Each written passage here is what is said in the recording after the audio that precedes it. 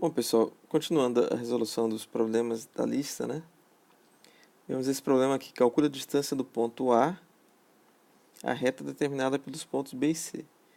Então, esse problema é interessante porque a gente pode chegar a uma fórmula, né, para calcular a distância de um ponto a uma reta no espaço.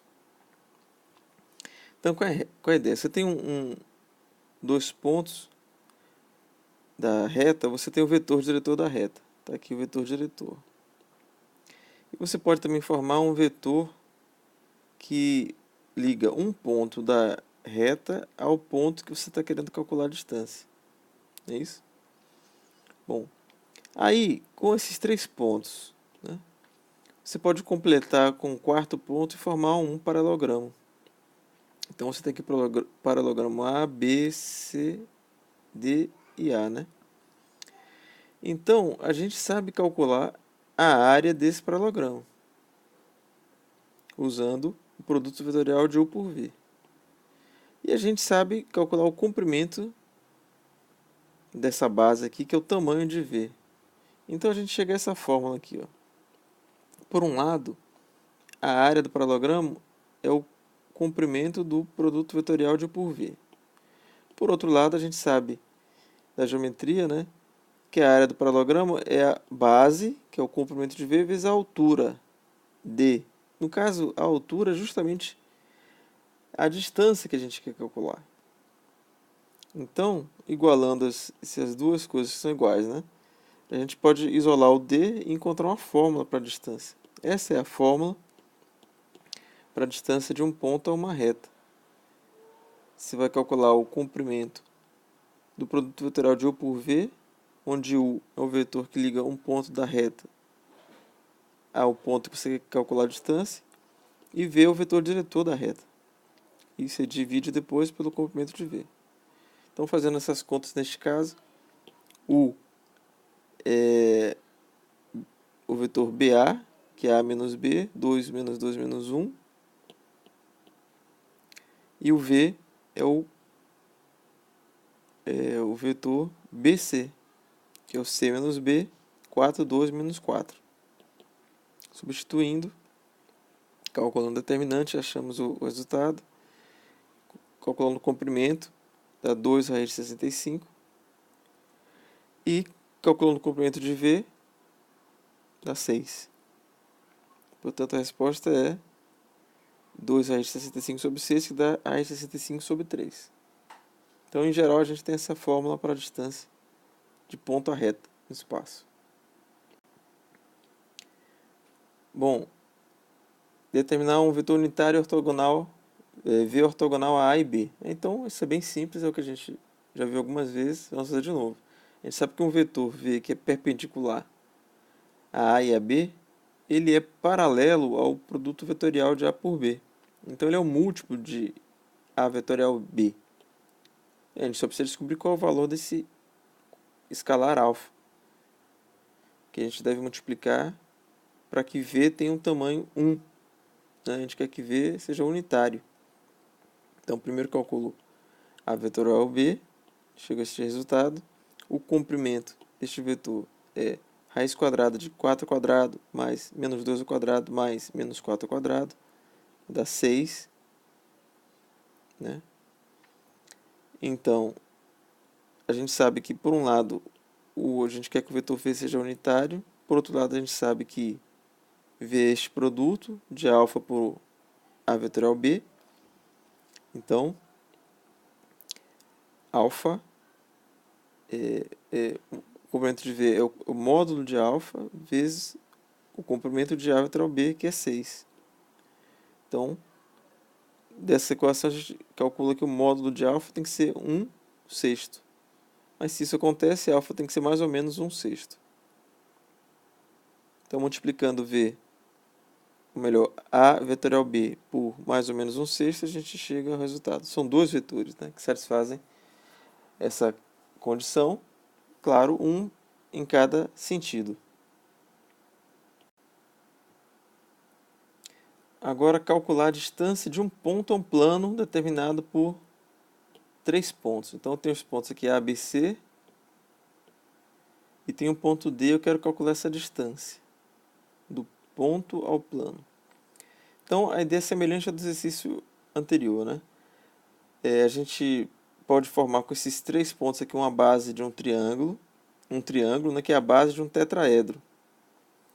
E a gente sabe calcular o volume do tetraedro de duas maneiras. O volume do tetraedro, por um lado, é 1/3 da área da base, que é a área do triângulo ABC, vezes a altura, que no caso é a distância que a gente está interessado, e por outro lado o volume é 1/6 do módulo do produto misto. A gente viu essa fórmula também. Então, igualando essas duas expressões para o volume e isolando D, que é o que nos interessa, a gente chega a esta fórmula aqui.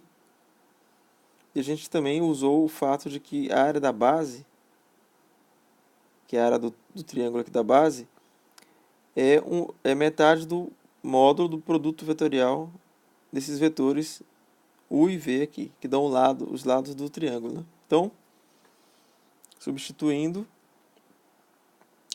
isolando D, igualando esses dois volumes, isolando D e depois substituindo onde tem a B por esta fórmula, a gente chega à fórmula da distância. A distância é igual ao módulo do produto vetorial desses três vetores, UV e W, do produto misto desses três vetores UVW, onde U e V são os vetores aqui que estão no plano, né? E W é um vetor que sai do ponto A e vai até o ponto que a gente está querendo calcular a distância.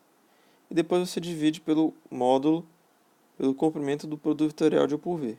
Pronto. Esta é a forma que dá a distância de um ponto a um plano, né? Bom, para calcular, a gente agora só precisa... Bom, tem um truque aqui, né? O truque vem aqui. A gente vai... Para não fazer o trabalho dobrado duas vezes, a gente vai primeiro calcular o produto vetorial de U por V, fazendo esse determinante. E aí, para calcular o produto misto, eu vou usar o fato de que a ordem aqui não importa quando a gente calcula o produto misto. A gente mostrou isso, que se você fizer uma permutação circular, né, mover todo mundo para a direita uma posição, isso não altera o produto misto, porque é um determinante, né? Então, isso aqui é igual a isso, só que pela definição de produto misto de três vetores, W, U, V, vai ficar W escalar U vetor V, que a gente já calculou. Então, na verdade, eu agora vou simplesmente calcular o produto escalar de W por esse vetor que eu acabei de calcular. Então, vai ficar W é o vetor que vai de A até D, menos 1, 0, 2. Então, eu vou fazer menos 1 vezes menos 22, 0 vezes 14, 2 vezes 4, que dá 30. E calculando o comprimento do produto vetorial de U por V, a raiz de 696. Pronto, fazendo algumas contas aqui para simplificar, a gente chega ao resultado. Então, esta fórmula aqui dá a distância de um ponto a um plano, né? Você precisa apenas saber dois vetores aqui no plano e um vetor que sai da origem desses dois vetores e vai até o ponto onde que você quer calcular a distância.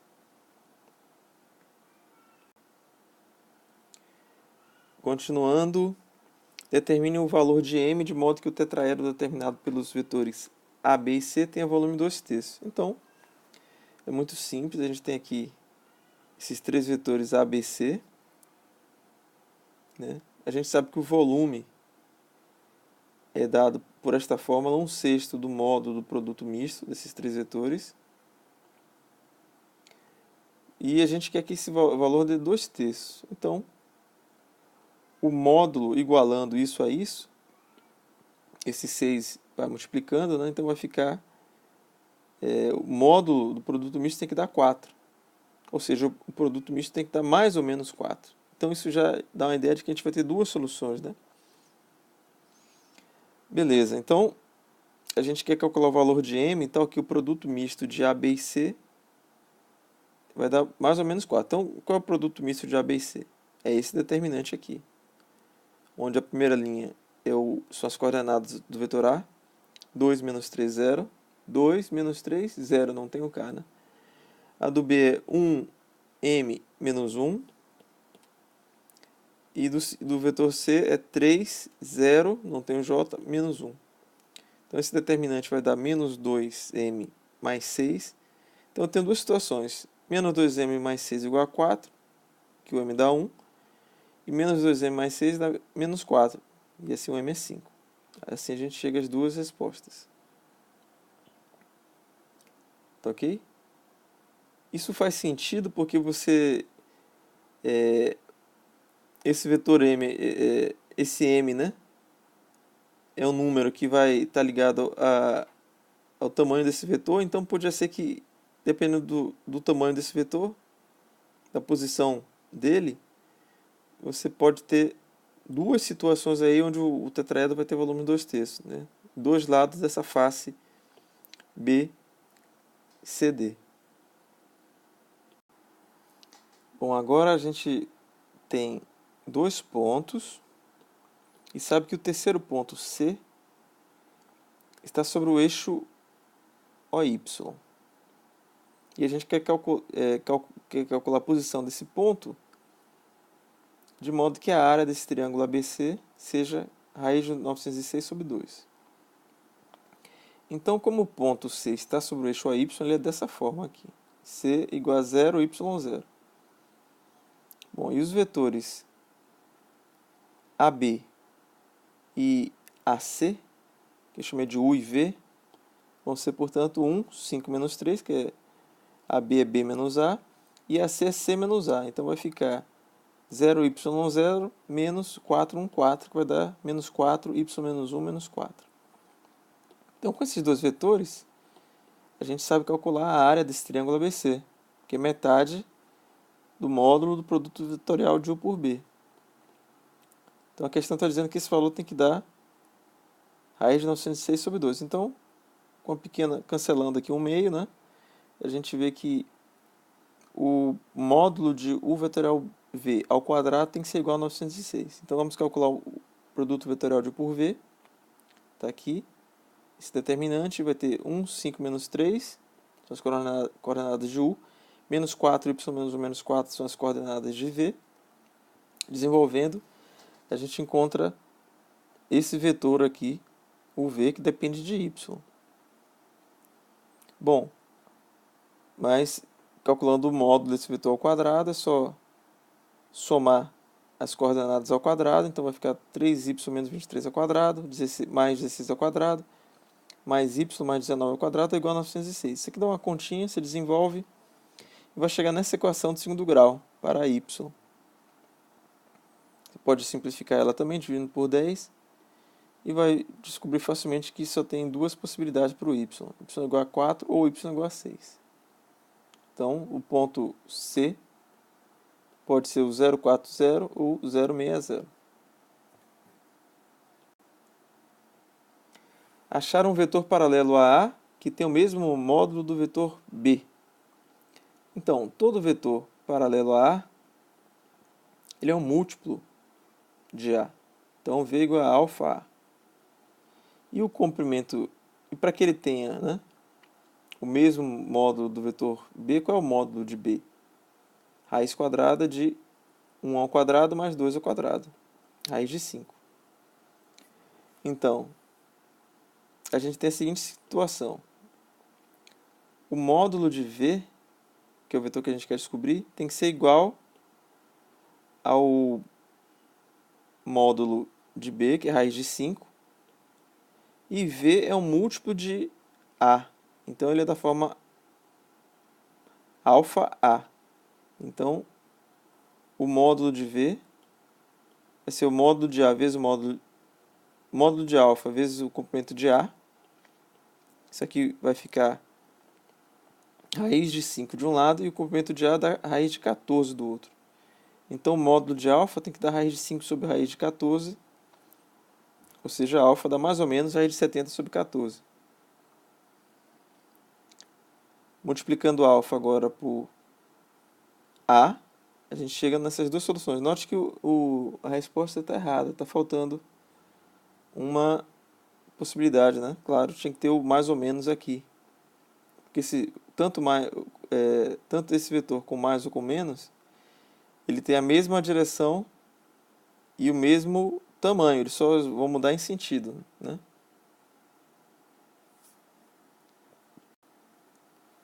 Já nessa questão, ele pede que tenha o mesmo sentido também, né?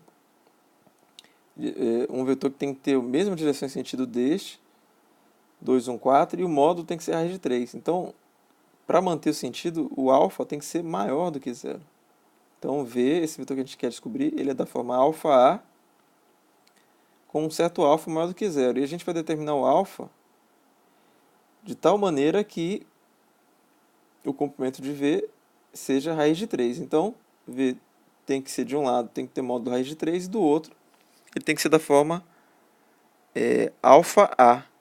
Então, o módulo de alfa A é módulo de alfa módulo de A, mas como alfa é positivo, o módulo de alfa é o próprio alfa, então daqui a gente conclui que o alfa tem que ser raiz de 3 dividido pelo módulo de A, que é raiz de 21. Ou seja, alfa tem que ser raiz de 7 sobre 7. Então, multiplicando agora alfa por V, por A, a gente descobre V.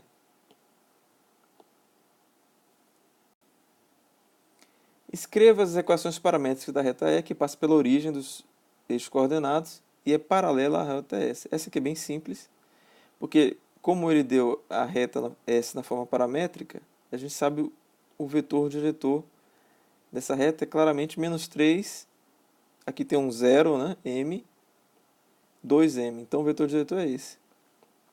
E a gente quer uma reta que passe pela origem, que é o A que vai ser 0, 0, 0, e que tem essa direção. Então a equação paramétrica dele é x, y, z igual a 0, 0, 0, que é a origem.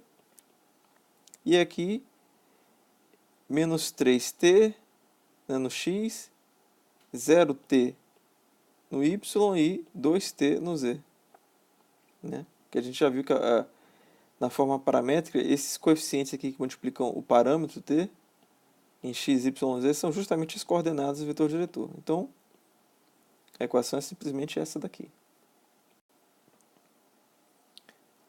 Agora, é parecido, né?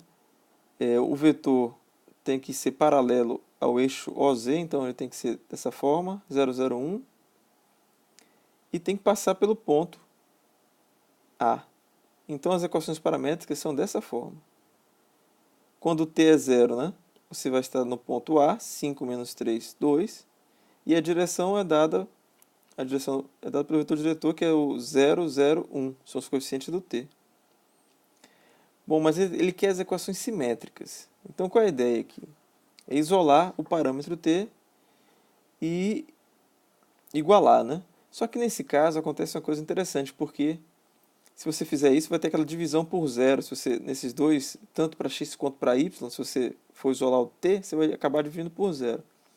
Então isso a gente não faz, né? Não divide por zero. O que a gente está vendo aqui, como esse coeficiente aqui é zero, significa que x é constante igual a 5, y é constante igual a menos 3. Pronto, isso aqui já é suficiente para descrever a reta. Porque eu estou dizendo, olha, o x é constante, o y é constante, e só quem varia é o z. Nem me importa muito a forma como o z varia, né? Claramente, a gente tem aqui, isso aqui é suficiente para determinar a reta. É a reta que é paralela ao eixo z e que passa pelo ponto, e que as coordenadas x e y são constantes, igual a 5 menos 3. Determine os pontos de furo em relação aos planos coordenados da reta definida pelos pontos tal e tal. Então tem dois pontos P e Q. A gente pode facilmente achar o vetor diretor dessa reta, PQ, né? 5 menos 3 menos 2, fazendo a diferença de Q e P. E com um ponto e um vetor diretor, a gente chega às equações paramétricas da reta. Isolando o T, a gente chega às equações simétricas da reta. Então, x mais 1 dividido por 5 é igual a y menos 1 dividido por menos 3, que é igual a z menos 3 dividido por menos 2. Pronto. Então, qual é a ideia, problema agora, né? A gente tem três planos coordenados, que são os planos xy, é o plano xy, ou seja, é o plano onde o z é igual a zero. A gente tem o plano xz, que é onde o y é igual a zero. A gente tem o plano YZ, que é onde o x é igual a zero. Esses são chamados planos coordenados. E você quer calcular o que ele fala aqui de pontos de furo, são as interseções desta reta, né, na forma simétrica ou paramétrica, com esses planos. Então eu vou ter que calcular as interseções desta reta aqui com cada um desses planos. Então, o primeiro caso aqui, vamos fazer os outros são análogos, né? Então, se A é a interseção do plano XY com a reta R, a gente sabe que tem que satisfazer as condições do plano e as condições da reta. Então, o Z tem que ser igual a zero. Se o Z é igual a zero, se você substituir aqui, ó, na reta, então você vai ter que o parâmetro vai ter que ser menos 3 sobre menos 2. Então, para que x mais y sobre 5 seja igual a menos 3 sobre menos 2, você faz uma conta e verifica que o x tem que ser 13 sobre 2. Da mesma forma, para que y menos 1 sobre menos 3 seja menos 3 sobre 2, menos 2, ou 3 meios, né?